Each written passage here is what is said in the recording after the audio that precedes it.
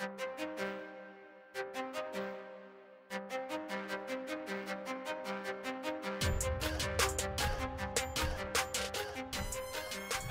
and welcome to the Game Theory Podcast. I'm your host, Sam Vecini. We're presented by CLNS Media. Today on the show, Dieter Kurtenbach and I have an interesting topic that we want to discuss about the NBA. Basically, the idea of this podcast is going to be who are the people within the NBA that are most going to shape the NBA over the course of the next calendar year. So basically, who will shape the NBA in 2019 above anyone else? Dieter, you and I kind of texted back and forth. I was out shopping, on La Brea yesterday, looking for jeans and looking for shoes and stuff while we were texting. I realized how out of the fashion game I am whenever I go to stores like this that are supposed to be super cool stores, and I'm the thought of you in those stores makes me giggle. Yeah, I'm doing okay. I figure I should try and get the fashion game going again. Maybe not even get the fashion game going again, but going for the first time in my life. Establish it. Create a baseline. Yeah. I'm going to be 30. I guess in the next 13 months. So I need to do something, I feel like. Yeah. Here's my advice on that as someone who is on the wrong side of 30. Don't bother. It's not worth the effort. It's not worth the money. It's never going to happen. I am, in fact, fighting. I have never been part of any wave, at least any wave that is still rolling onto the shore. It's way too difficult. It's just I was on Nike. I want to buy a pair. I have craved for my entire life, okay, a pair of Jordan 1s. I remember specifically going to the shoe store near the house I grew up at, shoe store, which was a novel concept back in the day. And there were a pair of Jordan 1s. I guess it was a restock of some sort. This probably would have been 94, 95. How many pair of Jordan 1s do you own right now? 0. Oh, wow. I don't own any Jordans at all. And I think I have 3 pair of Jordan 1s. Yeah. And so I've always wanted them, but they've never been really a practical buy for me. And beyond that, I wear a size 16 shoes. So while, yes, it's a basketball shoe, it does make it tricky because I'm also not dropping $220 on one pair of shoes. I don't like shoes. I love shoes, but I would rather diversify more my portfolio for that $220. I'd rather get 3 pairs of shoes. So I've been kind of on the market looking around for sort of this holy grail of Jordan 1s. And the other night I'm on the Nike website and I got a code and I'm like, this might be the night. I'm ready to do it. And I see a pair of Air Monarchs, the classic mow your lawn dad shoe, for $250 on Nike.com because it's signed by someone who I've never heard of, and I didn't even have the energy to Google. And they blew out the heel of them. I don't understand. It was they had tumors on them, and it had a signature, and that's now a $250 shoe. Ron Adams, the old assistant coach of the Warriors, wears Air Monarchs. Pete Carroll wears Air Monarchs, and now they're somehow a hype beast thing. The culture's gone too far. I give up. Just let the wave come to you, because it's certainly not worth. It's not worth trying to catch anything because it's nonsensical bullshit. They're just making this up as they go along, and justifying their inclusion in some weird club. I just gave up. I'm just going to keep wearing Eddie Bauer and $40 Adidas fucking suede shoes that are fine, like old superstars. That's it. I'm just and if that becomes a wave, cool. And if it doesn't, fine.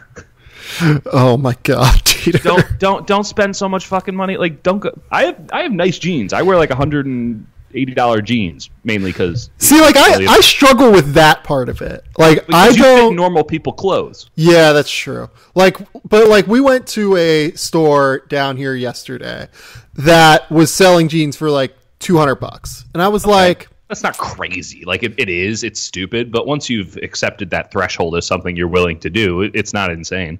I just feel like I can get good jeans for like $70. You can. Yeah. Like I can. Yeah. Yeah, for sure. Like, let me tell you something. Like, Old Navy actually makes a decent jean.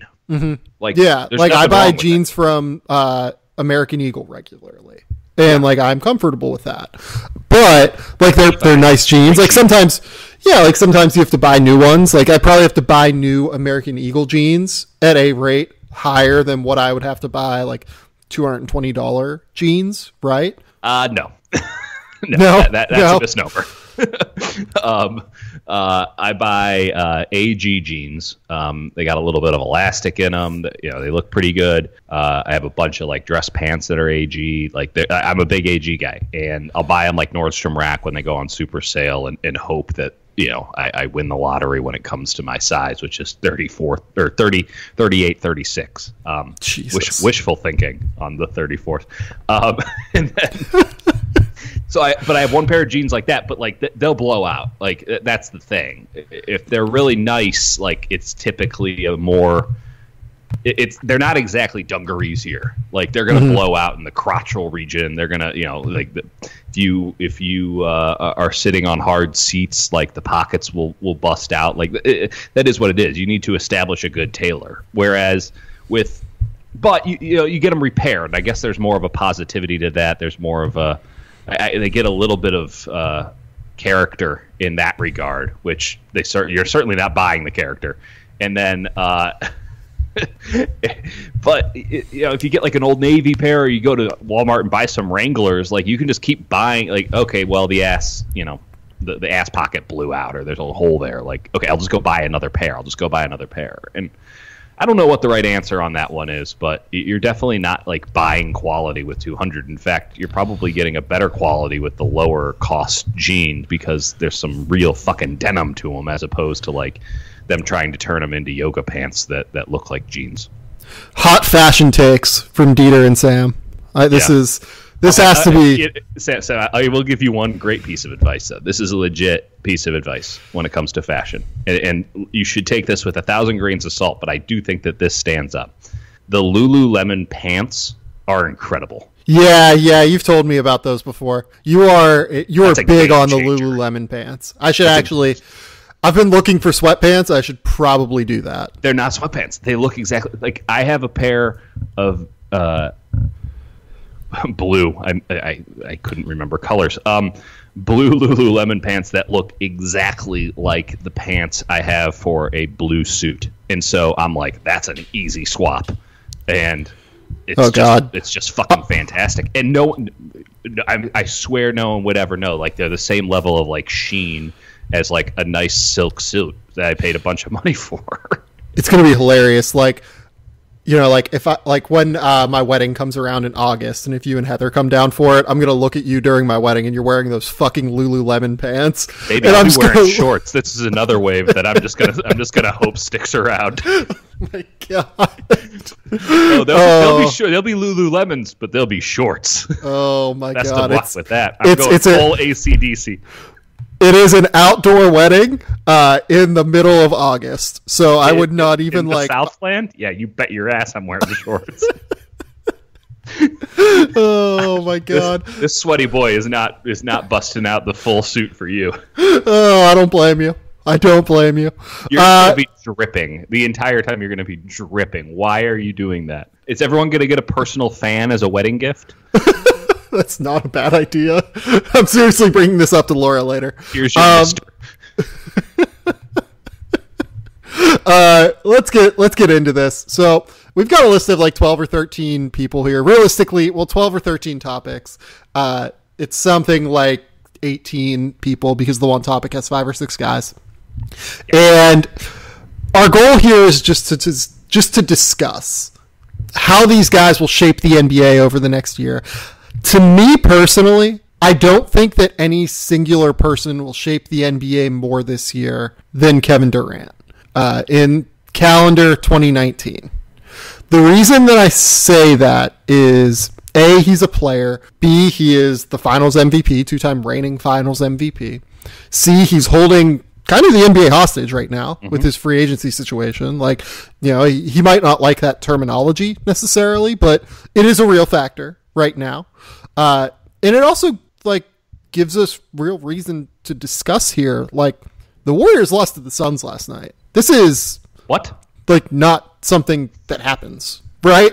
So they hadn't done it in 4 years, 19 games. So let's just kind of discuss, what do you think makes Kevin Durant the most important player or person in the NBA? Because not all these guys are players. Right. And B, where do we go from here with the Warriors? Well, the reason that Durant is the most important player in the league for the next 6 months or so, or until he at least signs somewhere, is because he's arguably the greatest scorer in NBA history. And he's 30 years old. He is in his prime. He plays for a team that we might not have noticed it last night when they lost to the Suns, but plays for a team that is, when they are on, head and shoulders, I would argue, better than the rest of the NBA. Mm-hmm. And his decision to stay with that team long term or go elsewhere obviously would have a massive effect on not just the leader in the clubhouse for the title every year in a dynasty. It would also bring up another team if he goes somewhere else. So Kevin Durant is the embodiment of what so many players say is the truth. It's a player empowerment league, and he holds all the cards. He can make or break a dynasty. He can make or break a low-level franchise. It doesn't take a lot to infer what I'm getting at by saying that. So I don't know what he's going to do. I think that the breadcrumbs all lead one direction, but those are just breadcrumbs. And where the Warriors are at right now, they're not in a happy place. I don't know if that necessarily means anything when it comes to wins and losses, because they are admittedly bored by the regular season. I don't think that that's a great thing to openly admit. I don't think that that's something that can just be brushed aside very easily, and you just presume that they'll turn it on at the right time and that they have established the correct habits this season to win another championship. But that's where this team is. They are extremely confident that they are still the best team in the league. They have shown in spurts that they are, in fact, that. And despite the fact that they are full of angst and no one seems to be in a good mood, and Kevin in particular is icy, that's the nice way of putting it, and has not thawed since that famous grow up press conference. And in fact, it's gotten only a little bit chippier. I mean, he's seeking out fights now, it seems. Despite all of that, and despite the negative mood, you would have to still favor them to win the championship, just given the amount of talent that they have, which again references the initial point. The reason that they are supremely talented isn't because of the bench. It isn't because they've been developing young players. It's because they signed Kevin Durant, and they have 5 All-Stars in their starting lineup right now. They're not all playing like All-Stars, but they have 5 All-Stars. And if you lose Durant, who we can argue if he's number 1 or number 2 in that hierarchy, it just changes the entire complexion of the team. And a player of that level, it would just change the entire complexion of the NBA.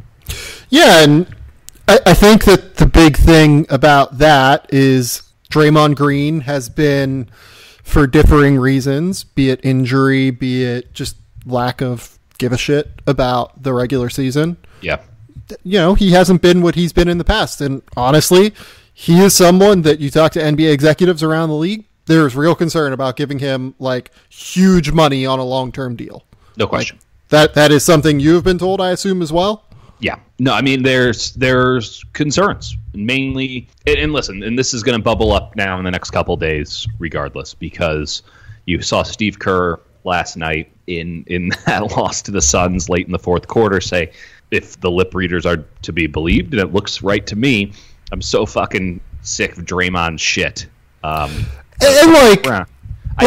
get that. I don't think that it's that big of a deal, but it's a thing, and it has to be. Here's the thing: it's not a big deal at all. That stuff annoys me because like, coaches say that shit about players all the time. It just never gets caught, right? Like, this is not something that is abnormal. No, like, no, and these guys have a hot and cold relationship because they're, contrary to what you might initially believe, they're wired in extremely similar ways. Right. Like, it's just not... That's not a big deal to me, and I don't really care about that. What I care about is we need to know more about what's happening with Draymond, and we'll talk about Draymond here whenever we get to the second guy. But, like, his play is critical to the idea of, you know, what Kevin Durant decides to do, and the reason for that is if you believe Draymond is lesser than what Draymond has been over the course of the last 5 years, and if you believe that, you know, Klay Thompson... I think Klay's probably fine. Klay's a max guy. You can't overthink that one. I mean, he's steady as she goes.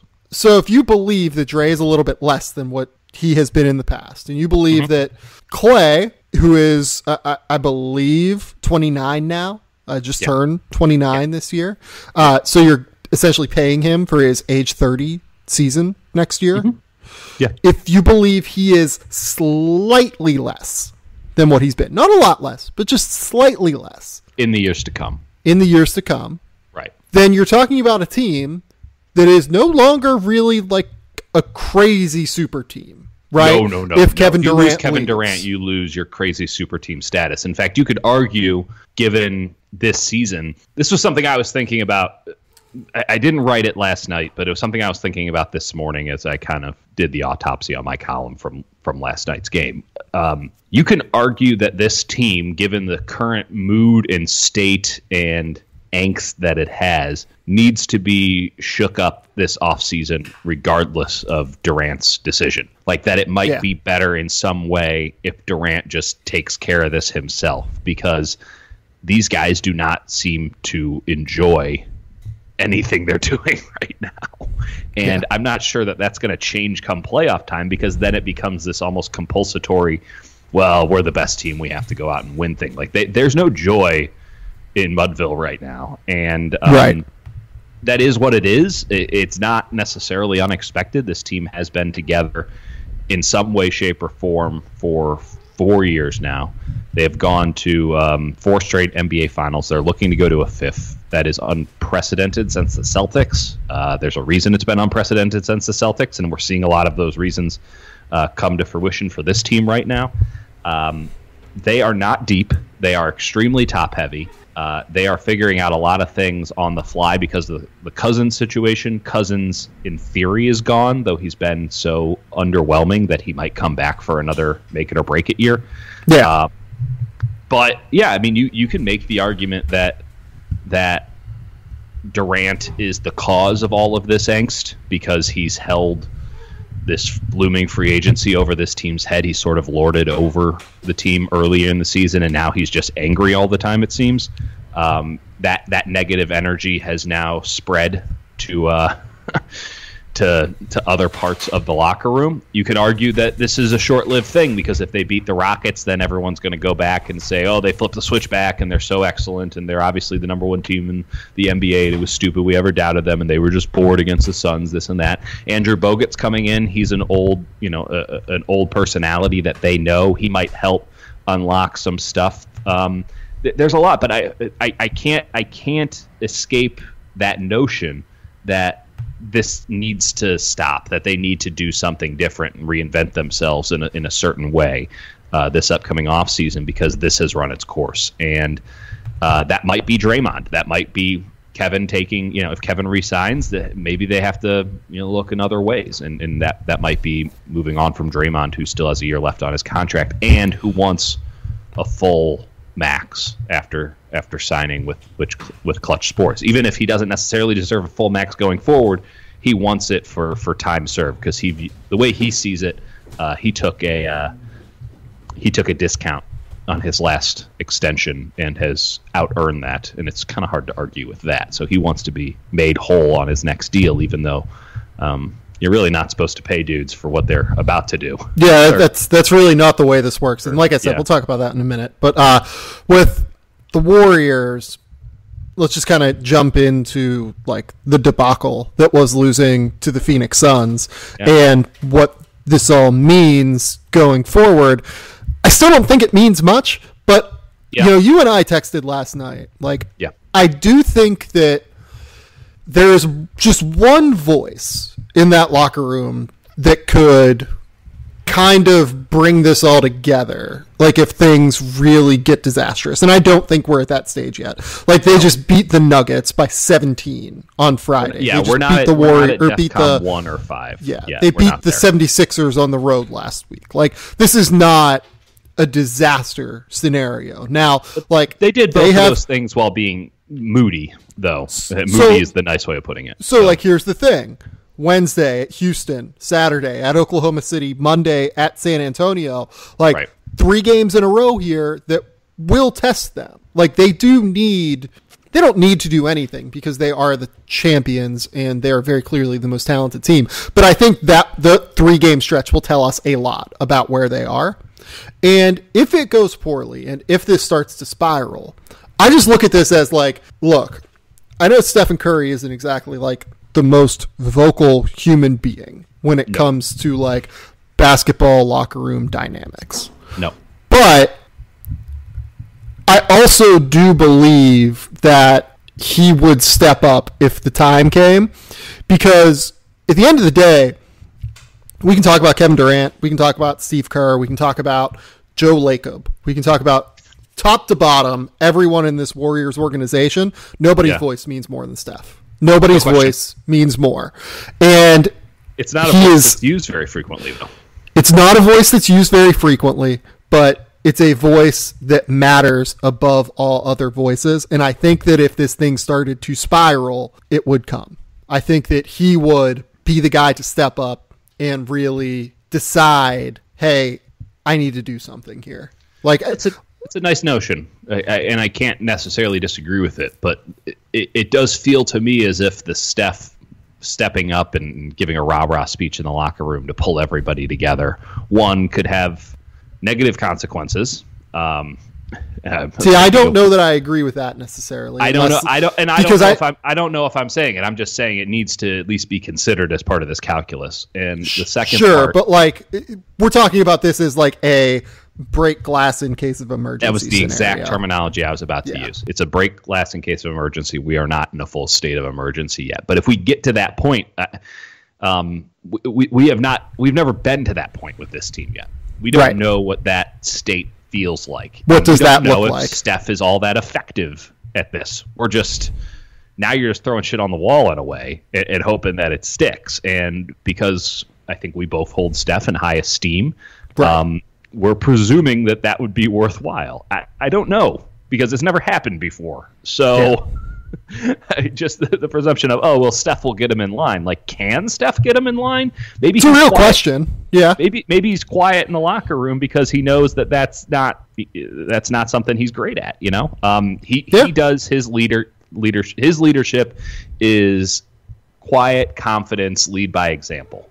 And this is a guy who has not opened his mouth once, at least publicly, and to my understanding privately, complaining about the fact that, you know, Durant will just steal possessions from sort of the egalitarian 5-on-5 Steph-led offense. And it certainly happened with Cousins. I mean, he's been the one happy to sacrifice a lot of nights, shots, in order to get Cousins touches to theoretically get him to a place where he can be effective in the playoffs. Like, that's Steph's leadership. And Steph is also on a long-term deal. He signed that 5-year deal last year. And so... Right. And again, I think that is what... long-term, and he's always been a long-con guy. But I think that's what makes him the most likely to have to do something in a break glass in case of emergency scenario, because he's the one that's most secure there. He's the one that is very clearly the most important piece of the entire organization. Like, it's got to be him. He's also the one who's most locked in. Yeah, maybe he's not the one that is most likely, but he's the one that needs to do it the most. If push comes to shove here. It is interesting because usually the guy who will do stuff like that is Draymond. And if Draymond, and this is why the Kerr thing matters, even though I do think it will blow over without much of an issue. I mean, if this team could generally put behind him telling Draymond telling Kevin Durant, "You're a bitch and we don't need you," early in the season. And like, listen, that's going to linger in the back of everyone's mind forever. But I don't think that's been a big time issue over the last couple of months. If you can put that behind him, like, then I agree. Like Steve Kerr just saying you're so tired of Draymond shit and having a weak moment of honesty is not going to be a thing. But if Draymond, I don't know if Draymond knew about it when he left the locker room in kind of a huff last night. I would like to presume that he did, but I don't want to state something that I don't truly know in that regard. I don't. He might hold it against Steve. There's enough bad energy to where stuff like this can linger in that locker room. So I don't know if Draymond's going to step up and say something if they go out and get their ass kicked by the Rockets. I don't know. Kevin, who is also somebody who's willing to speak up in scenarios like that, right or wrong. I don't think that he's going to be calling for everybody to band together in the locker room when if they go out and lose to the Rockets. Like I just don't know where this leadership is coming from at this moment. And right. In terms of the emergency where you need to break glass, I just don't know if we can necessarily presume that Steph will also be excellent at rah-rah speeches as he is seemingly with everything else. Regardless, Kevin Durant, most important player, I think, going forward over the course of the next year. So I was we had some conversations about this one on who to put at number one, because I do think that Rich Paul just has his hands in so many different baskets this summer. Including the one we were just talking about, because he is now Draymond Green's agent.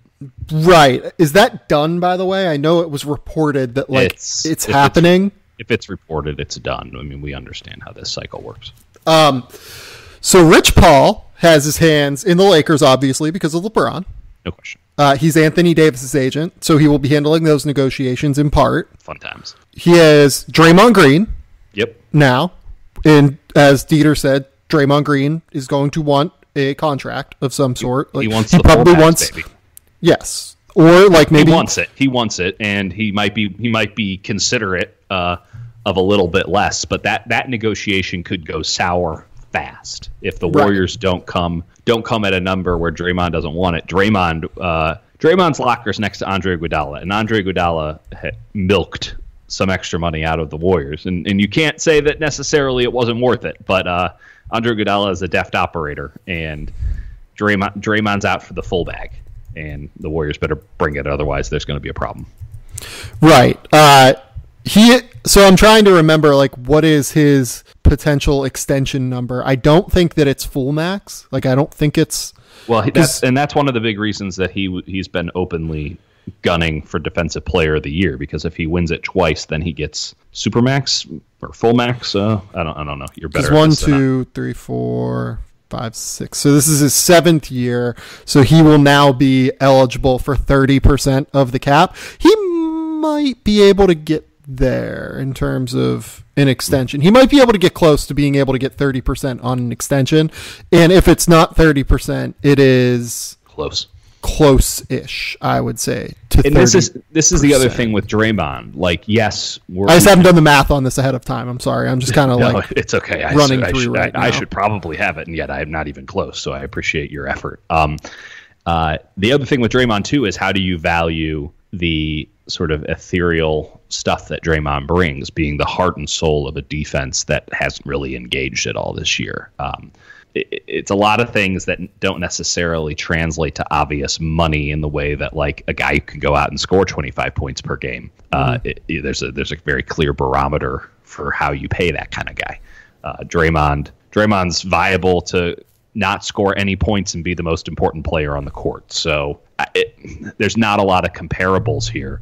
He certainly holds himself in high esteem. I hold him in extremely high esteem. I can understand 100% why he would want the full bag, but it is tricky because, again, who do you compare Draymond Green to? He's almost a one-off in this league, and if the Warriors are trying to save some money because they're going to have to pay $2 on every dollar that they spend going forward because of the luxury tax, regardless of if Durant sticks around or not, that then if they're going to they're going to get crafty with this, that could be a real issue.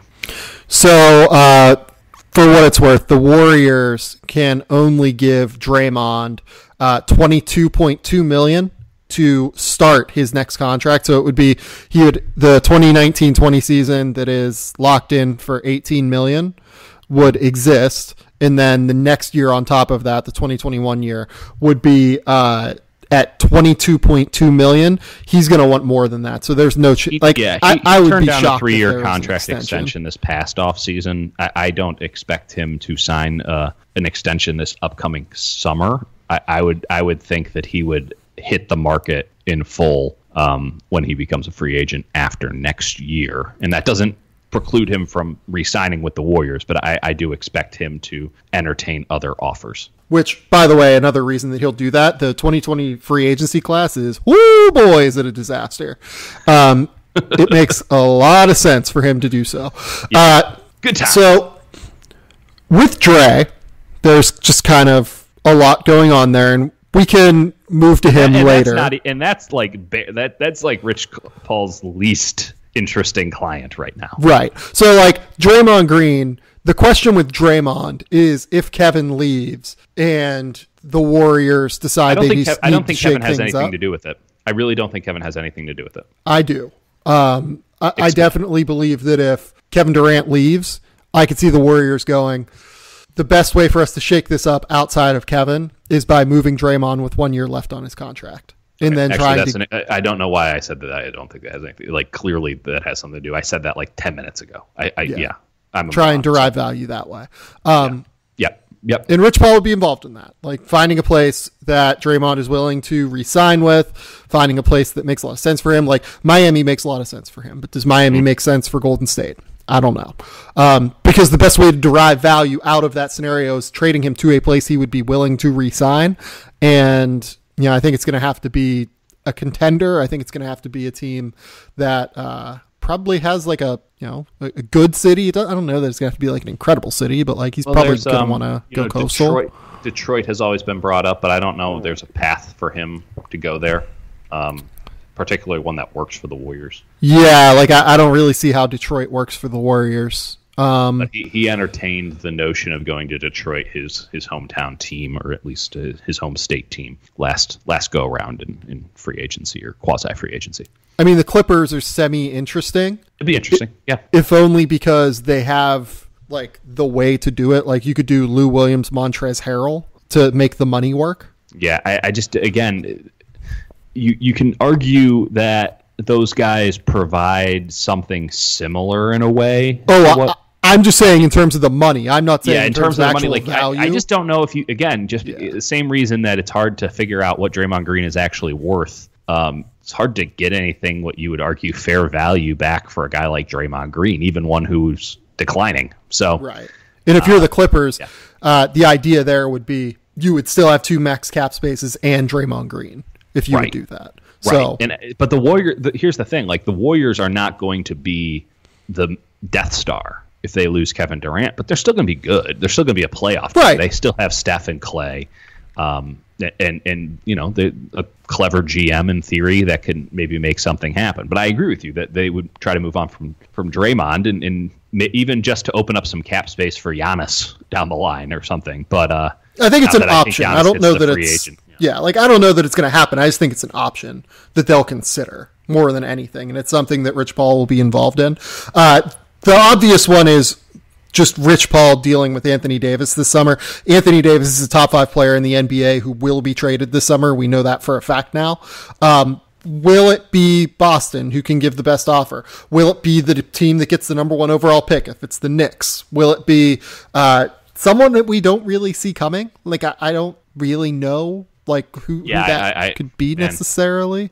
I do know that Rich Paul will entertain all options, and that Anthony Davis has wanted to get more notoriety for his skill set amongst his NBA brethren for quite a while now. So I would imagine it would be a big market team that has a chance to go deep into the playoffs. I guess that really only leaves Boston, considering the state of the Lakers, but who knows? So, the crazy thing maybe it's the Clippers. That's what I was going to say. Like, the crazy thing is, so if you're if you're the Pelicans and you value Shai Gilgeous-Alexander in like a substantial way, you could do something like, I love Shai, but come on. Yeah, like you could do something like Shai, like Landry Shamet, and like multiple firsts because they got all those picks from Philadelphia. Right. And you can make the money work with Gallinari very easily. Yeah. I mean, we could also put the Benson family on this list because, like, or I guess is Danny Ferry in charge there now? For now, they're going to open up. Yeah, they're opening up for a full search. But I mean, they're going to have to get a general manager at some point. I know Rich Paul calls the shots on this, but the Pelicans do have to be willing participants in a trade, and Lord knows they weren't the first time around. Yeah, there was no reason for them to be. They weren't motivated to be last time. They will be motivated this time. The Clippers, I like, unless the Pelicans think Shai Gilgeous-Alexander is better than Jason Tatum in terms of a long-term prospect, I don't really see how that works. I have no concept of how that would be the case. In terms of and again, others, I like Shai. Yeah, like Shai's really good. It's just like he's probably not quite there yet. Nope. So, like, Rich Paul is going to have to figure all of that out. And, like, obviously he wants to get him to the Lakers. The Lakers are an intriguing option. Brandon Ingram looked great before he was shut down for the season following a blood clot in his arm.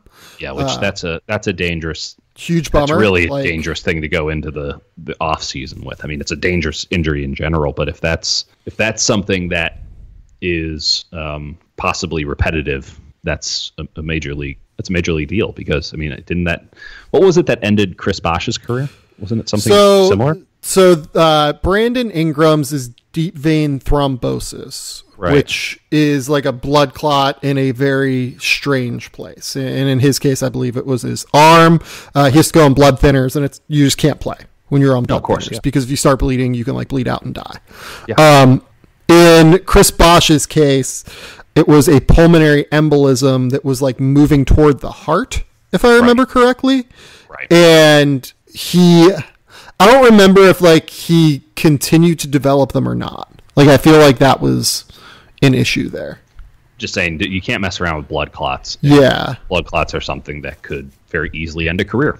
And we're not saying that's happening. I certainly don't wish it to happen in any way, shape, or form. Hopefully this is a one-off and it's forgotten in short order. But, I mean, that's something that if Brandon Ingram is on the trade block, I mean, Lakers obviously have to take it into consideration because he's one of their best players. But if he's being used as a trade piece, that makes things even more complicated. So, alas, that's where this is at. Yeah. We'll see. I mean, like, he's still a valuable piece. He looked great over the course of the last 2 weeks, like before he was hurt. Like, he looked amazing. It was starting to click for him for, I would argue, the first time. Right. Like, looked like a very real centerpiece in this deal. He was playing. The dude was playing his way to New Orleans. Yeah. Kuzma's an interesting prospect. Lonzo Ball, I think, is a good prospect. Also shut down for the year by the Lakers. We'll get to Magic later. That's going to be a real possibility for Anthony Davis. I know that people keep saying, Boston very clearly is a better offer. I agree. If they put all of their pieces on the table, Boston is a better offer. But I don't think you should rule out the Lakers in this scenario. Boston and the Knicks, I think, are the other two. Like, if the Knicks get the number 1 overall pick, they can get Anthony Davis, and they can potentially get Kevin Durant. That's the easiest way to lure Kyrie Irving or Kemba Walker. Yep. Yeah. If you can move the number 1 overall pick, I think that's a home run for both sides, both New York and the Pelicans. But we'll see. We'll see if that's what they decide to do. So Rich Paul is going to have to navigate those waters. He has to navigate the waters with the Lakers, just trying to find players to play with LeBron, because just the reports out of Los Angeles have not been great since they have gone on this losing streak. You hear stuff like just being in the circles that we run in that no one is really happy having to deal with all of the just mess that comes with LeBron. It's harder to deal with everything that comes with LeBron in Los Angeles if the team is not winning. If the team is winning and has good players, I think that things would be different, and I think it would be fine. But that's a water that needs to be navigated for Rich Paul. We talked about Draymond Green. Ben Simmons is another thing. Ben Simmons is up for an extension this summer. Yeah, And there are more than rumblings that he's just going to turn that sumbitch down. So this stuff happens every year. People talk about like, hey, this guy's going to turn down this max extension. I don't see it happening. I'll just be real. I don't see it happening either, but there's a lot of smoke on this one. There is. Like, Ben Simmons has been very, very player rights positive throughout the course of his early career. You can go back through the documentary that he did with Showtime. You can go back through Didn't Deadspin do that and create some unreadable nonsense? Yeah, like any number of any number of statements he's made publicly. Like, he is very player rights positive, and the best way to exercise those rights, if you're Ben Simmons, would be to take the qualifying offer. If you want to get out of Philadelphia and you want to leave a scenario where you can be the guy for the next however many years, you can be the guy next to Joel Embiid, I guess is the way to put it. Okay, that's fine. I just don't see it happening. Like, I think he's going to re-sign. I think he is going to sign the extension, and maybe he signs a 4-year extension instead of a 5. Like, maybe that's the compromise. Maybe it's an opt-out after 4, but I think he's signing it because I think it just makes the most sense to do so. And it's not like being in Philly's a bad spot, but this shows the power Rich Paul has. Right. Just like the fact that people are talking about this is a maybe not likely outcome, but a potential outcome. Says a lot. No, 100%. That nothing can be taken for granted when Rich Paul is the agent, and that's great. Honestly, that's fantastic. That's what I would want in my agent. We'll see. There's a lot going on. It seems ridiculous that he's number 2 on this list, given all of the tentacles that he has out there right now and all of the Sentinels that are doing his bidding. But with Ben too, I mean, like, if Ben decides, or like if Ben threatens to take the qualifying offer, they need to seriously consider trading him this summer. I don't know that they will, but they need to think about it at least. That's a fun game for Elton Brand. Congratulations, you just walked into a hornet's nest. I mean, Elton Brand has been extremely aggressive. I love what he's doing in Philadelphia, but he doesn't have any power against this. Yeah, and by the way, if you're totally unfair, if you're Philadelphia, do you take Brandon Ingram, Josh Hart, and picks? Is that a fair offer? I don't think it is quite for Ben. I don't know if you could ever have a fair offer because we don't know what Ben Simmons is going to be. He's nowhere near a finished product, I would imagine. Now, you can argue the same for Ingram, but at least we have a better idea of what Ingram's game is going to be. Better idea of what Ben's game is going to be. No, I would argue that we have a better idea of what Ingram's game is right now, because if Ben develops any sort of jumper at any point, I think that opens up a world of possibilities for him and puts him into a hyper-elite status if he's not already there. Right. Whereas Ingram, I don't think that he's ever going to be amongst the best players in the NBA. I think he's going to be a really solid number 2 or a bad team number 1. I would take over 0.5 All-Star games for Brandon Ingram in his career. I think he will make one. Ben Simmons, what are we talking? 9? Yeah, Ben will make many All-Star games. I think throughout the course of his career. Ben is a lock for the All-Star game in perpetuity. Right. Whereas we're talking 1 for Brandon Ingram, which I will take the over. But man, especially if we get to the Eastern Conference and Ben Simmons isn't there. So with Ben, it's hard to find the fair offer. I don't necessarily know what it is. I don't think one exists. Maybe they trade him for Draymond and everybody just wallows in the ambiguity. Is it maybe can Boston put together something if they end up getting Anthony Davis? Man, that would be wild. That'd be some wild stuff. It's hard. If the Sixers and Celtics made a trade for a star. Is it Denver? Does Denver try and do this? Does Denver say, you know what, we're going to try and go all in on Jokic and Ben Simmons? That's a fascinating idea. A center that wants to play on the outside and a guard that wants to play on the inside. I can get behind it. Yeah, and they can both, you can basically just lead the break with anyone on the court at any time. Yeah, basically you just need those 2 guys and then 3 guys who have no interest in dribbling whatsoever, just standing and ready to shoot threes, and who can play great defense. In considering Denver's excellence in finding guys that can do that just off the scrap heap, I'm really into this idea now. I'm just running it through my head real quick. And like, by the way, the Lakers are the obvious fit for Simmons if he goes down this road. But I don't know. We'll see. We'll see if that happens. We don't know. We're getting the cart ahead of the horse on this. But like, that's kind of what we do in general, though. It's kind of what we do on this podcast. We get the cart ahead of the horse. Particularly this one. Let's go to the third guy. Well, let's. I just want to mention real quick with Rich Paul too. Yeah, this is important. He's dealing with the Darius Bazley situation as well. So Darius Bazley decided to not go to college this year. He was committed to Syracuse. From what I was told, academics were all fine for him. Like, it was not a situation where he was trying to avoid the academic rigors and the academic qualifying process that would come with getting into Syracuse and dealing with the NCAA clearinghouse. He just decided to not go to college. And how he ends up going through this draft process, I think, is going to be really important for the future, because I am strongly in favor of guys skipping college. Like, I think that there is a real avenue there for elite level players to go through. Darius Bazley is a level below the type of player that I think should go through that. Like, if I was Anthony Edwards this summer, who is committed to Georgia, the number one recruit in the country, I would seriously consider skipping college. But Darius Bazley is in a tougher spot because he's like a top 20 kid versus the number one kid. How his pre-draft process goes, where Rich Paul finds a place for him, because ultimately in this scenario, the agent is going to play a huge role in where Bazley gets drafted. It's going to be really interesting for the NBA draft process and the way that we develop players into the future. So game changer. So yeah, Rich Paul's got a lot going on. Next is Kyrie. You want, like, I have Kyrie and Kawhi on like the same level. You mentioned that you want to talk about Kyrie first. Yeah. So both these guys are free agents that will play a role in shaping the title race this year. Kyrie's scenario obviously is just, kind of more bizarre. That's why I want to talk about it more. Right. Like, Kawhi's is uninteresting. Like, he's going to the Clippers.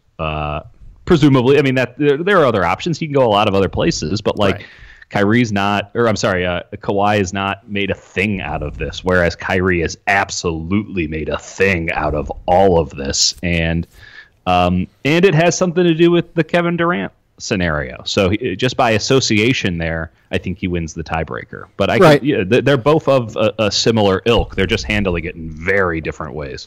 Right, and there was another report late last week that Kawhi does not want to play with LeBron. Forget who. I saw it on Pro Basketball Talk, but I don't know who originally reported it. This is why the Lakers were so angry when the Pelicans did not want to engage, because there's only one guy who actually wants to play with LeBron, and it's Anthony Davis, and they couldn't make it happen. Like, how frustrating would that be?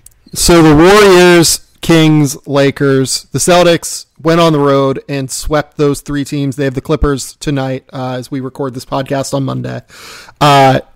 Interesting in a lot of ways that the Celtics have figured this out. Jay King did some really great reporting about a plane ride that the Celtics took and really got back together, got back on the same page. They've all been very public about this plane ride, saying like, this is what did it, right? Like, this is what got us kind of feeling loose again, feeling normal again. They're so moody. It's a strange deal there, because this is a bipolar team, man. And by the way, like, the craziest thing about all of this is that it's all so interconnected. Like, everything within the first three players we've talked about. Kawhi is on his own island, kind of, but like the first three players we've talked about now: Kevin Durant, Rich Paul, Kyrie. It's all connected because Kevin Durant and Kyrie are connected because they're free agents that are friends, and they're best buds right now. Yeah, speculation is that they want to play together. Anthony Davis plays a role in this because if the Celtics can convince the Pelicans to trade Anthony Davis to the Celtics, then that gets Kyrie to potentially stay more. Yeah. Kyrie has certainly been connected to the Lakers. Draymond Green doesn't really have a whole lot to do with this. Ben Simmons doesn't really have a whole lot to do with this. But like, those guys are all connected to the Lakers because Rich Paul is the shadow governor. Right. So like, everything is so interconnected here. It's all very incestuous in the way it's going to work this summer that it's hard to discuss these things without kind of jumping into other areas, right? Like Rich Paul is going to play a role in where Kyrie goes, because ultimately if he tells the Celtics that Anthony Davis is not going to resign there and the Celtics don't call the bluff, then I don't know what happens with Kyrie. It's a mess. And that like the Kawhi stuff is the antithesis of this, because I would almost argue that Kawhi is a better and more impactful player. And yet Kawhi is definitely a better player than Kyrie Irving. Yeah. Like, full stop. Fair enough. Yeah. But man, like you just get none of this coming from him, and you have no idea if he even likes Toronto. I mean, you could get, in theory, you could have the same eggs. We don't even know if Kyrie likes Boston. Like we don't know any of this stuff. It's all a guessing game in a lot of regards. But Kyrie makes us keep guessing for one reason, which is that he's extremely active and talks a lot, and everything is coded and cryptic. And then there's the Kawhi stuff, where maybe everything's loaded, but we're just not picking up those vibes. Like it's either both of these players, wherever they go, whichever team they are with next year and beyond, that is a major league deal. These guys are both of a star caliber. I don't think that's up for negotiation. So if you're a star in the NBA and you change teams, you make a team, and you can break a team.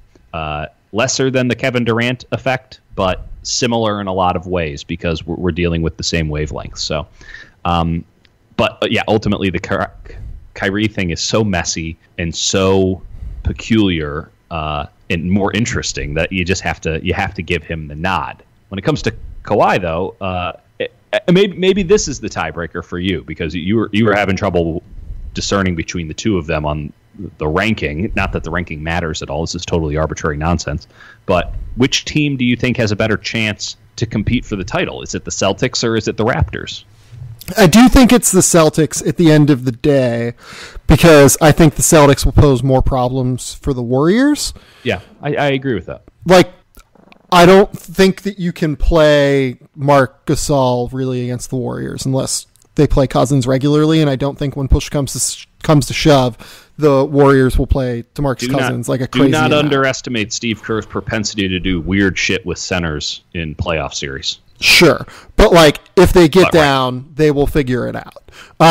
Boston, I think, can just pose a lot more problems for the Warriors, 100%. realistically. We just saw it on Tuesday. Right.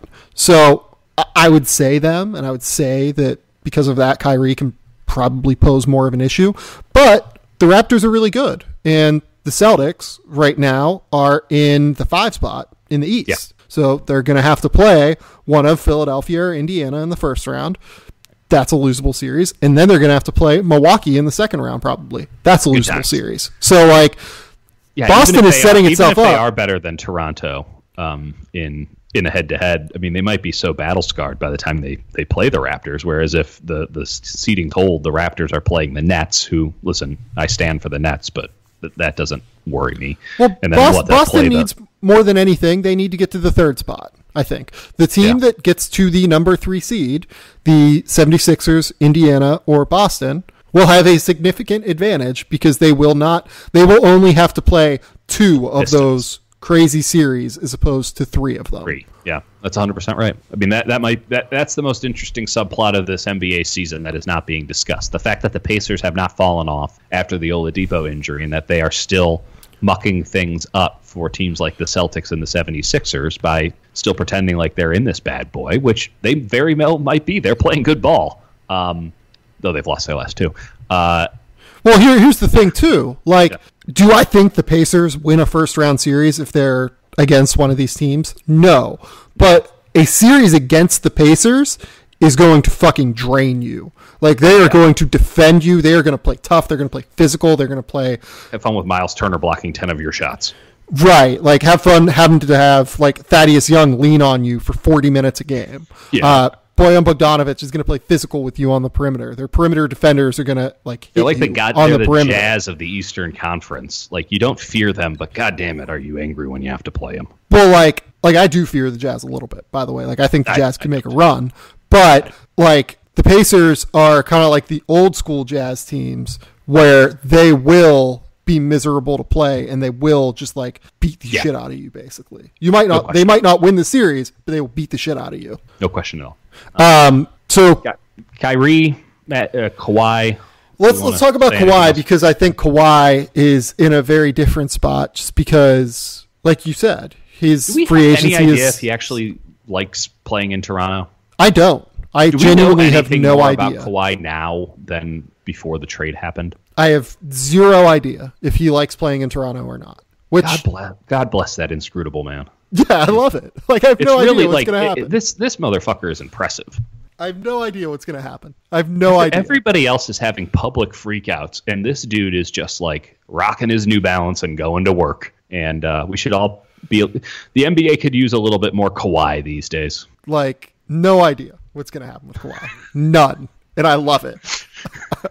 What if just this dude could sign with the Kings?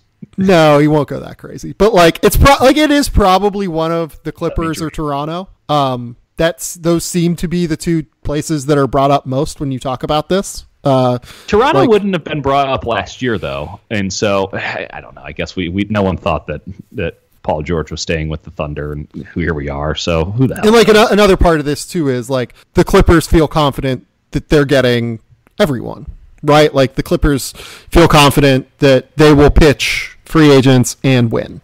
Whether or not that ends up being borne out to be true, we'll see.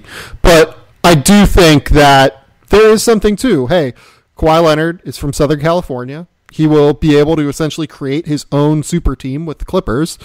He is only 27, if I remember correctly. So there's like a lot of time here for him to figure this out. So yeah, I think that spot makes sense. Toronto also makes sense given that they're really good. Yes. And he could re-sign like on a 1-year deal there if he wants to really. Yeah, no, I mean, like he absolutely could. Wouldn't that be hilarious though? Like the 1-year deal, which allows players to sort of lord over their franchises and everything that Durant is doing with this and kind of causing problems in that regard. If Kawhi does it, like just won't use the power of the 1-year deal at all for political gain, to just be like, no, I just want to sign for 1 year. Like it would be great if he just signed 1-year contracts for the rest of his career, because that's all he's. I don't get this guy, and it's awesome. It's fantastic. I love it. It's great that one of the NBA's unquestioned elite players, and by the way, absolutely nothing about. Like a team that makes a lot of sense for him, like in terms of what we do know about what he values on the basketball floor, in terms of culture, Brooklyn makes a lot of sense for him in terms of like, yes, this is a team that values playing the right way. Sean Marks is there, was obviously in San Antonio with Kawhi Leonard, was, I believe, a part of the front office that drafted him. They play the right way in terms of caring about tough physical defense now. They're just missing the star power. Like D'Angelo Russell is good and is potentially morphing into that, but he's not there yet. Star power? Like there's a difference between star power and great play. That's what I mean though. Like star power. No, I know. I just thought it was hilarious. Yeah. Like they just need the star power. Like, oh, hot damn. Nothing says NBA superstar quite like Kawhi Leonard. Yeah. Even though he is up there, man. He's going to go down as one of the great players in NBA history, and I don't think we'll ever learn his middle name. I really don't know his middle name. I have no idea. You could throw out any name right now. He does not have a middle name on Basketball Reference either, by the way. So there's no fucking way that's true. I was just making that shit up. Yeah, like we no really one knows Kawhi Leonard's middle name. We don't know if Kawhi has a middle name. Let's see. Real GM. It's Kawhi Anthony Leonard. Real GM does not have a full name for Kawhi Leonard. So like we have no idea. According to Google, Kawhi Anthony Leonard. Is it really? But listen, this is going off of Wikipedia, so who the hell knows? So Wikipedia has it as Anthony. Like this is not Anthony. You just like but joking, right? But that's Wikipedia. I mean, I'm not seeing it on any official websites. Oh God, this is awesome. We have to get a full WOB investigation on this thing. Is Kawhi's middle name actually Anthony? Yeah, or did just someone make that up and see how long? Weather balloon. That's fucking hilarious. Let's go to number 5. Number 5 here, I have Magic Johnson. And I had Magic not higher on my list, but you talked me out of it, and I think you made some excellent points. So I think that part of it is that they're just... So Magic is going to have to make a decision on Luke Walton, right? Just going to have to, right? Well, I mean, I think that decision has been made, but yeah. Right. It needs to be made public. Right. Hilarious thing from Bill Orum's column on The Athletic today. Okay. After delivering James in July, Johnson ignored the pleas of the coaching staff that he retain Brook Lopez and Julius Randle. Instead, he signed JaVale McGee, Michael Beasley, and Lance Stevenson. He also ignored the pleas of every single person who knows anything about basketball. But I do appreciate Luke clapping back at a situation that has been eminently unfair to him. Well, the funny thing about this is, like, we knew from the moment that Magic did that interview during Summer League where he talked about zigging. We got shooting. The Warriors are going to zag. Like, I watched every playoff series and saw this. Thanks, Magic. You did the bare minimum. You watched playoff series. You and millions of other people. Yeah. I mean, like, it's hard. We got to get shooters around LeBron. Let's sign Lance Stevenson and Rajon Rondo. Like, I legit have respect for Magic Johnson and his basketball genius on the court.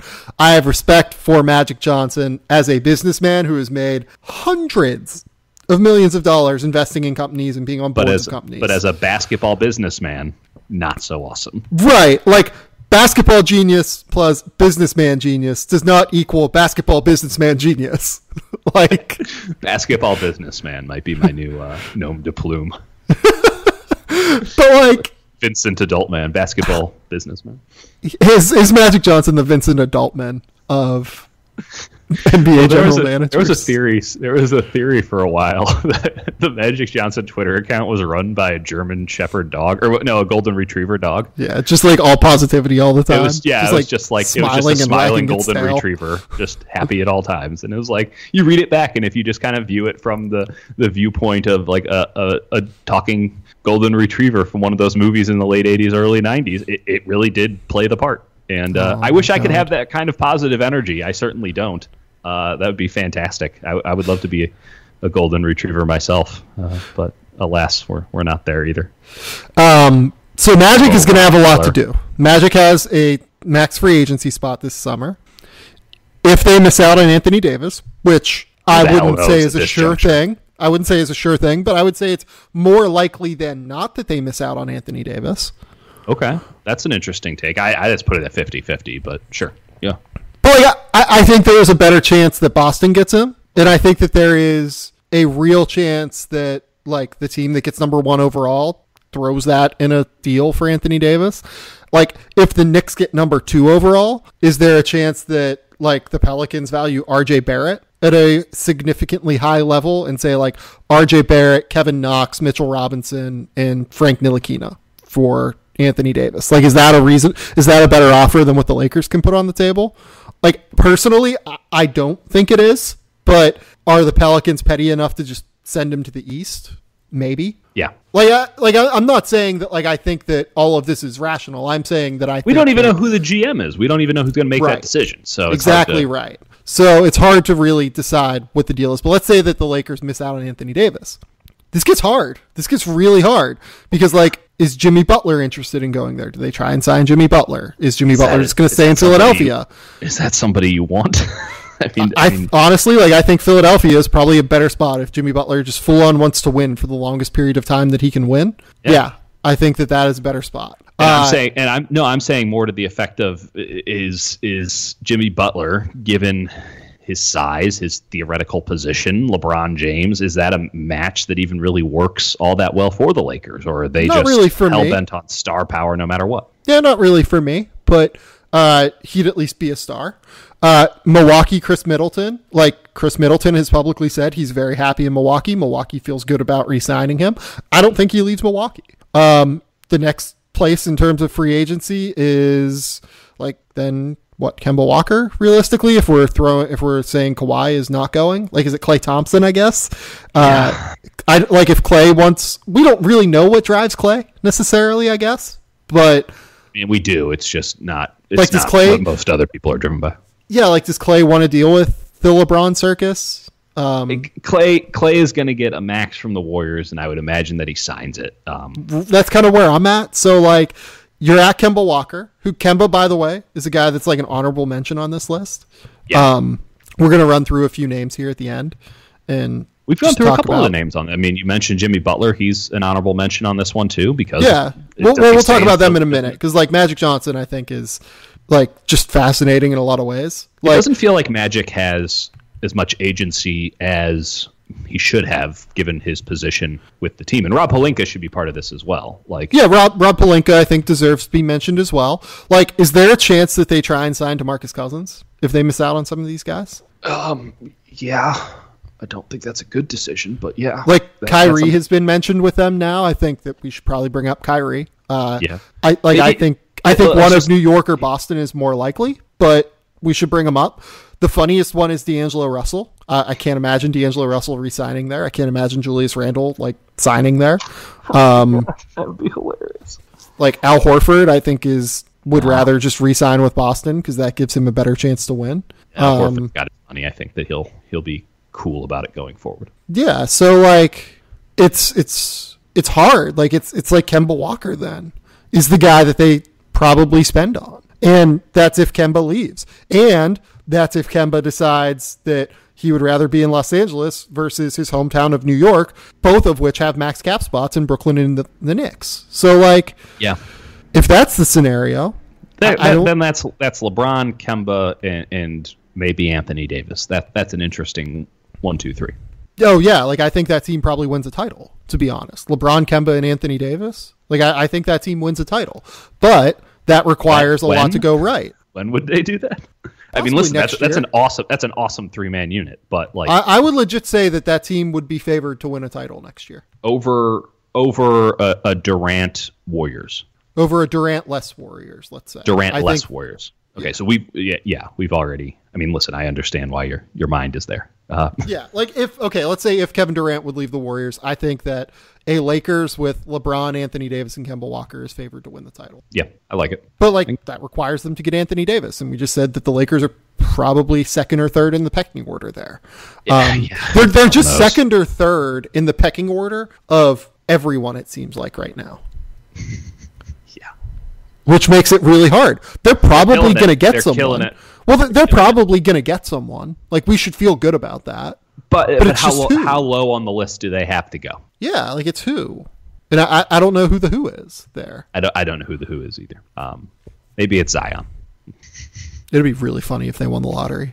If the Lakers win the lottery, there would be riots. I would laugh so hard. My initial tweet would literally be 280 characters of me laughing. God, that'd be incredible. I'm still rooting for the Knicks. The Knicks are still the team that I root for to get Zion, just because of the chaos that would ensue from that. I want either Phoenix or Atlanta to end up with Zion, because they have done. That would be awesome. Atlanta has done this the right way so far. I think it would be earned. They deserve the good karma. Phoenix, I think, like if you put DeAndre Ayton, Devin Booker, and Zion together, and by the way, Zion Williamson, another guy that's on this list of people who will shape the NBA over the course of the next year. Zion Williamson, 100% is one of the 15 most important people in basketball right now. I mean, you could argue that he's number 2 on this list or number 3 on this list behind Rich Paul. The problem is Zion has no agency over where he goes. And he can't shape the title race this year either. Exactly. I don't think you can make a case for him top 5 just because he's not shaping the title race and he has no agency. But in terms of guys who will be the biggest story in the NBA next year, he is going to be in the top 5 of that. Where does PricewaterhouseCoopers fit on this? Because they're the people who verify the draft lottery. So, anyway, Magic Johnson, I don't know what Magic's going to do, but what the Lakers do is incredibly important. Let's stop real quick, though, for an ad break, because betting on the Lakers is probably a bad idea, right? Right now, I wouldn't bet on them. Yeah, betting on anything the Lakers are going to do is probably a bad idea. Just throwing it against the wall. But what you should do is you should be betting on these NCAA tournament conference tournaments. It's another huge week across college basketball. It's some exciting matchups. There's only one place to get in on all this action. It's betonline.ag. Sports, casino, virtual casino, you name it. Betonline.ag is CLNS Media's preferred sportsbook online. Go to where are we going here? Hold on. Let me pull this up here. I got something from my guy. Your seamless reads have fallen apart on us, man. I got something from my guy Near here over at CLNS. He tells me that you're going to want to go to clnsmedia.com/game theory. That is the custom URL you want to go to get your BetOnline 50% bonus. You're going to have to put in a promo code CLNS50 as well, I believe. But if you do that, you're going to get a 50% bonus on the money that you put in to your account.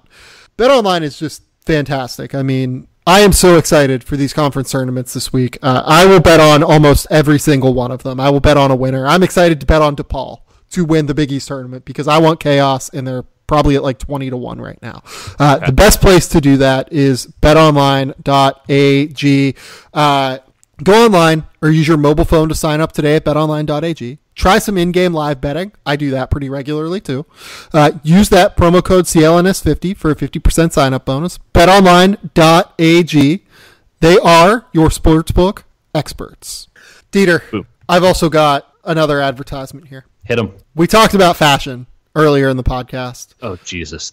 I can already feel the pain coming my way. And part of fashion is feeling good about your body. Part of fashion is feeling good about where you're at and how you look. That explains so much about my fashion predicament. 66% of men lose their hair by the age of 35. And the thing is that when you notice hair loss, it's too late. If that hairline is slowly moving backwards, I've got a solution for you. It's forhims.com. A one-stop shop for hair loss, skincare, and sexual wellness for men.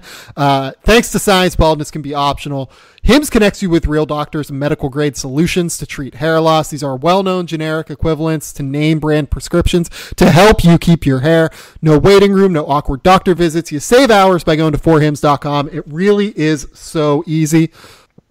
I am a fan of forhims.com. To order now, my listeners can get a trial month of Hims for just $5 right now while supplies last. See the website for full details. This would cost hundreds if you went to the doctor or a pharmacy. Go to forhims.com/game theory. That's forhims.com/game theory. Forhims.com/game theory. All right, Dieter, let's get into some of these honorable mention types. We have Jimmy Butler here just because Jimmy Butler is going to really shape this upcoming title race if you believe Philadelphia has the best starting five in the Eastern Conference, like I believe. Okay. He's also going to shape the free agency picture just because we don't know necessarily what his decision will be. Beyond that, if anyone actually will want him. I think teams will want him because he's really fucking good at basketball, but fair point. He's certainly fallen off of that like hyper elite list, I would argue. Yeah, like a couple of months. The fact that Minnesota got a lot better by getting rid of him didn't help. And the fact that he's not I appreciate this about his game. He's not a high usage guy, and he can affect the game in different ways. But when I watch the Sixers, I don't come away generally wowed by Jimmy Butler's impact on the contest all that often. Seems like he saves a lot for fourth quarters, and then but that's what they ask him to do, though. I think like they ask him to save for the fourth quarter. He's just playing his role, and that's appreciated. It's appreciated that he's not demanding the ball more, and he's being a steady professional basketball player. There's also a lot of other stuff going on there, and I just don't think that he's going to be atop anyone's list as this is the guy we have to get. He is a backup plan for a lot of teams. Good backup plan, but still a backup plan. Kemba Walker, does he stay in Charlotte? Charlotte is going to offer him the max, right? Yeah. But is he the secondary piece for someone like the Lakers? Is he the secondary piece for the Knicks if they get their superstar free agent and Kevin Durant and Kyrie decides not to re-sign? Is he willing to take less money to go to a theoretically better team? Yeah, exactly. So his situation is fascinating for the offseason more than anything because, so we mentioned this earlier, and his deal kind of dovetails nicely with Bradley Beal, who I also have on this list. If you're the Lakers and you miss on Anthony Davis and you're the Wizards, and this is, to me, in my opinion, I don't know if Ernie Grunfeld feels this way. I don't know if Ernie Grunfeld's going to be running the team in 2 months. Ernie Grunfeld is forever. Don't worry about that. But the Wizards are not going to be good next year. No, sir. John Wall's out for the year, and if he's doesn't miss every game next year, he is going to be recovering from an Achilles and playing himself into game shape, essentially, recovering from said Achilles injury. They don't really have much else now that they've dealt Otto Porter. I don't think Jabari Parker is staying. They're probably going to overpay Bobby Portis. So that means your decision here is to either make a 1-year contender run with Bradley Beal, John Wall, and Bobby Portis, or to deal Bradley Beal this summer and get max value for him because he has 2 years left on his contract. To me, it's a no-brainer. I think you deal Bradley Beal this summer.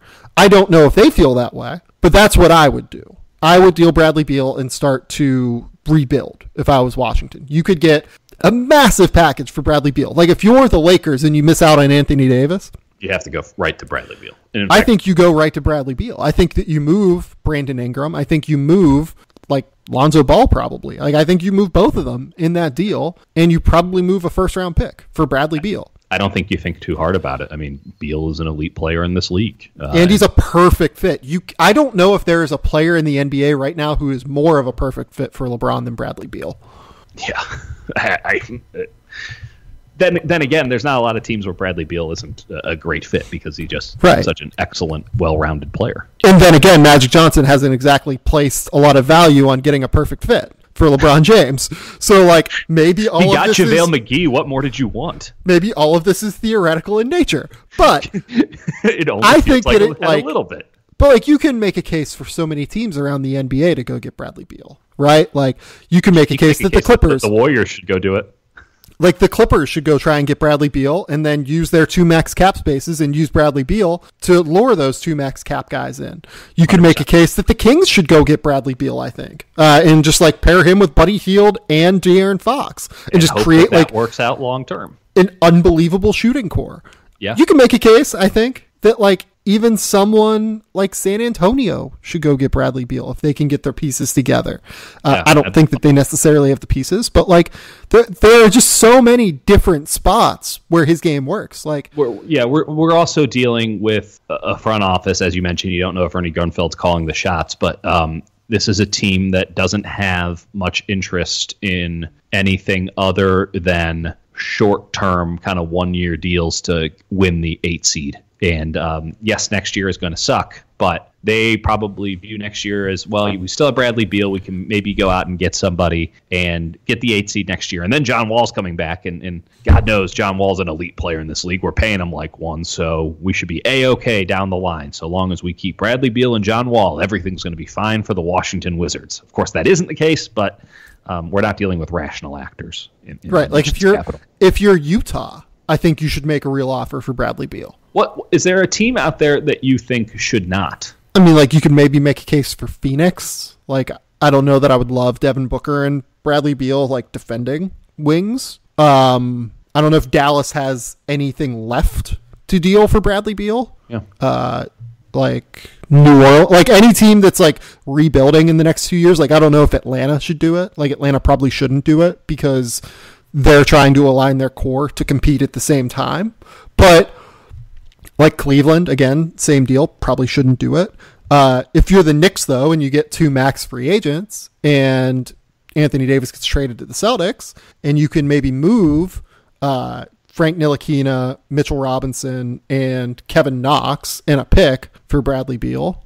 Or if you could move RJ Barrett and one of those pieces for Bradley Beal, who will then, RJ Barrett has 8 years of team control, that's probably worthwhile, I think, for the Wizards, right? So there are just a lot of avenues out there. He would be, at least, I don't know if he's going to be, he would be the subject of a massive bidding war. That makes a lot of sense to me. Move him. Yeah. No, listen, you don't have to convince me of it. It's just more to the effect of I don't trust the Wizards to do smart things at all. Yeah, they're not a great organization. But what do you want me to say? Kemba, bring it up. But Kemba, I think, is interesting as well. We talked about Zion. Zion, where he ends up is going to reshape the NBA in some way. It's If it's Atlanta or Phoenix, it creates like the next future elite team that everyone talks about. If it's Chicago, I think that a similar situation happens. It creates like the next team that everyone talks about.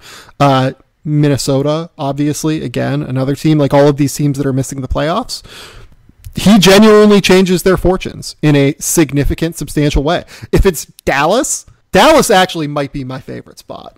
Now that there are a lot of spots that make sense. Like, look, what is the pick protection with top the five Hawks? Top for 5. Dallas. Yeah, Dallas keeps it if it's top 5. God, that would be fun. Yeah, if they get Zion, Kristaps, and Luka Doncic, they're the next team that everyone's talking about. Phoenix is the next team. Atlanta's the next team. The Knicks, if the Knicks miss out on free agency, like if Kevin Durant decides to stay, the Knicks would at least have Zion would be helpful. Yeah, interesting core. So it's just it was suggested to me as part of a column I wrote that the Knicks are the Warriors' biggest threat. That if Zion and the Knicks are running away with the worst record, not that it helps their odds all that relatively, but they're locking in that 14%. It had even been suggested to me that instead of trading Zion for Anthony Davis or putting him as part of that trade package after getting, say, Kyrie and Kevin Durant, that they should just keep Zion. I don't think that that's a astute observation, but the fact that it can even be suggested that Zion would be better to have than Anthony Davis states how impactful people think he can be, and certainly long term. But who the hell knows? It was just an interesting. It didn't even dawn on me, and then someone brought it up, and it's like, wow, that's a bold statement, and I can't necessarily dispute it. Yeah. Trying to think, who else do I have here? I've got James Harden, Chris Paul, Nikola Jokic, Russell Westbrook, Paul George, the Utah guys, like just these players that are in the Western Conference that will try and dethrone the Golden State Warriors, right? Like these guys will all play a role. The Warriors, I guess I would say, look more vulnerable than they have in however long in the Western Conference, 5 years now. So that's interesting, at least. That's something to note. I still don't think, like, part of the reason that, like, in normal years, you would think that the players who impact the title race are more important than the players who impact the offseason. This year, because the Warriors are still such overwhelming favorites to win the title and should be such overwhelming favorites to win the title, it does feel like the offseason, because this is the first offseason where it feels like that can substantially change, is more important. And I think that's why you look at some of the actors at the top of this list as being the guys who shaped the offseason more than the guys who shaped the title race. Right. But I think you have to mention the guys who shaped the title race as well. Nikola Jokic, like if he is playoff god, I am skeptical of how his game's going to translate in the playoffs defensively. But like, not optimistic. If it does translate for whatever reason, then he has to be mentioned here. Like Russell Westbrook and Paul George. Paul George is probably third, maybe fourth in the MVP race right now. Yeah, that stretch where he was out cooled off a lot of the Jets. But yeah, he's in it. He's certainly in the race. Yeah. Houston, James Harden and Chris Paul. I mean, they're probably the top threat to the Warriors right now. So you would have Houston has been great. Argue.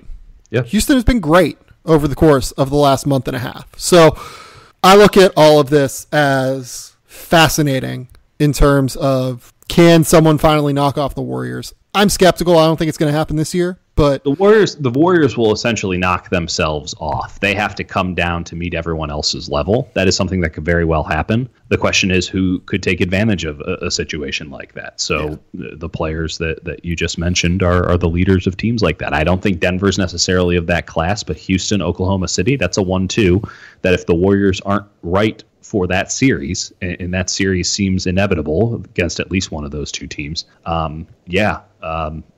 they could absolutely lose that. And this is something to where I mentioned the negative spirit of this team. There's still 16 games left in the regular season for the Warriors, but they are playing bottom third defense right now in the NBA.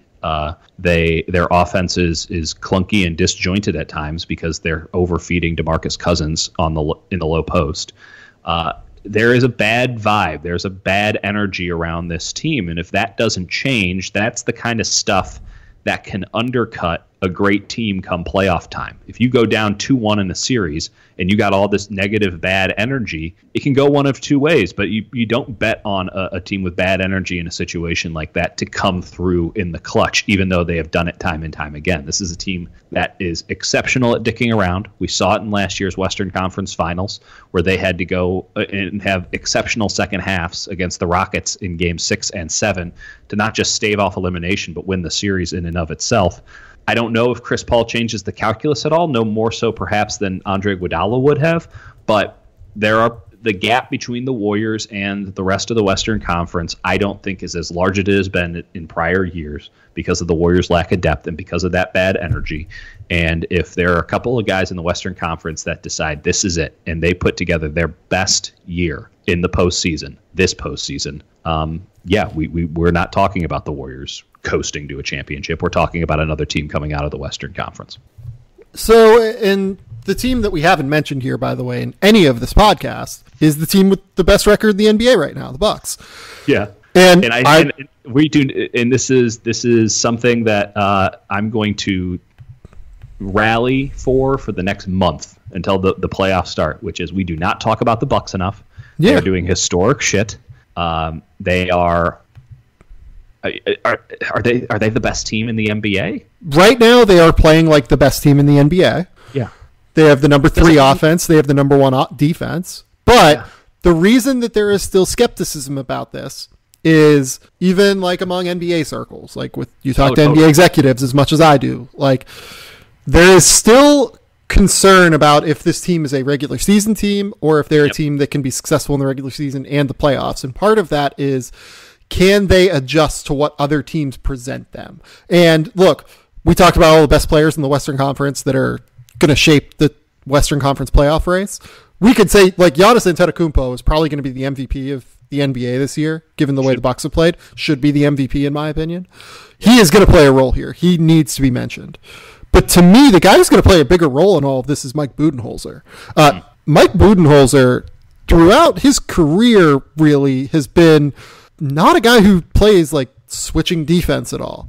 And I think that once you get into a playoff series, like if you're Boston, for instance, and you can pose problems for Milwaukee by exploiting their defense where they sink their pick and roll guy all the way back into the paint, and you have Jason Tatum who will just happily roll around a screen and knock down an 18-footer. Like, this stuff is important, I think, in terms of how the Bucks are willing to adjust. Are the Bucks willing to adjust? Mike Budenholzer, over his playoff career, has not been fantastic at this. How quickly is he willing to go to a switching defense with a roster that is, by the way, tailor-made? Super switchable. Like it's stupid how switchable they are. I don't understand why he doesn't go with it, but that's just me. Well, I understand because he's had success. They are the number 1 defense in the NBA. They should not go with it right now. But there are going to be times in the playoffs where it's going to make sense to switch. And really, they do only have like 1-2 lineups realistically that can switch. They all involve Giannis at the 5. Yes. You probably need Chris Middleton at the 4 unless you're willing to play DJ Wilson. I think in the DJ playoffs. Wilson particularly would be an excellent 4 in that situation if you are trying to put a lineup on the court. They haven't really been willing to play him as much recently. Which I don't get. Well, it's because they got Nikola Mirotic, they got Ersan Ilyasova back playing a little bit better recently, and will be interesting to see what they do with Pau Gasol, right?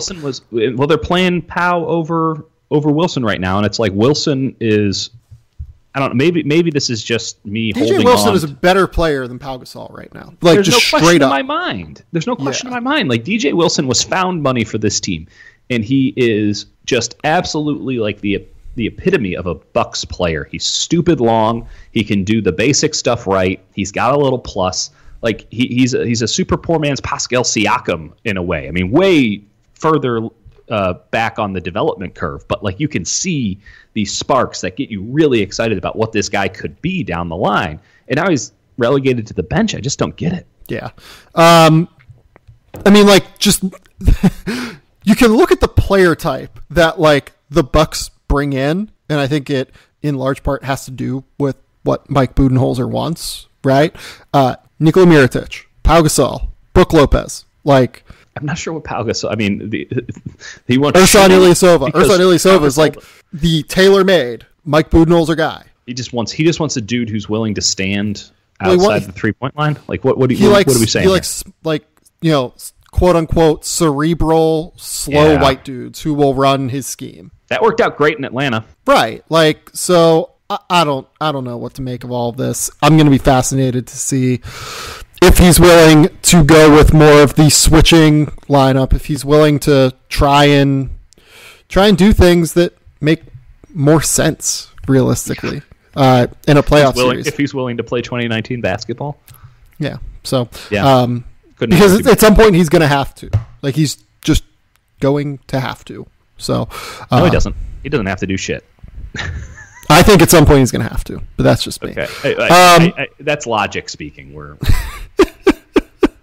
how that goes for us. That's about all I've got on this list here. Is there anyone else you want to mention? No, man. We went through it. That was it's disjointed and it was a hot mess. But these are the players, man. Like this is a weird time in the NBA. It's a weird NBA year. Yeah, it really is. It's so weird. And just looking at this list, like Kawhi Leonard. An NBA Finals MVP, a guy who could have won an NBA MVP not too long ago, a guy who was the epicenter of drama and intrigue this time last year in some ways. He's fourth on this list, and I mean that's just crazy. And Magic Johnson's on it. Like, what the hell's going on? There's a lot of shit that's happened over the last year, man, and it seems like this trend isn't one that's going to go away. So. I need to start reading like Us Weekly and watching the Kardashians to perhaps better understand how to handle this new world NBA that we're dealing with. Is there anything else you want to talk about before we get out of here? I saw Captain Marvel last Friday. What'd you think? I thought it was great. I loved it.